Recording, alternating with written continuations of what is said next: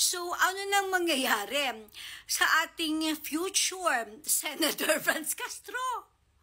Makukulong siya for 4 to 8 years? Ano kaya mangyari sa sa political career ng ating magiting na kongresistang kidnapper? So you are very much qualified na tawaging kidnapper, congresswoman kidnapper, kasi nga guilty ka, nahatulad ka ng guilty kasama mo yung matandang hukluban.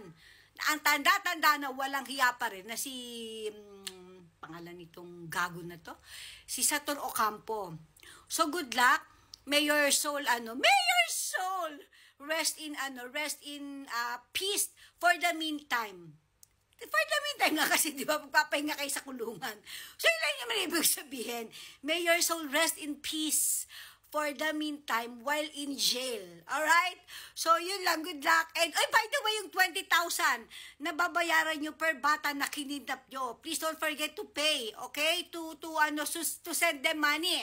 Because they deserve it. They deserve it, my God. So, good luck to you, ha? Sayang, oh.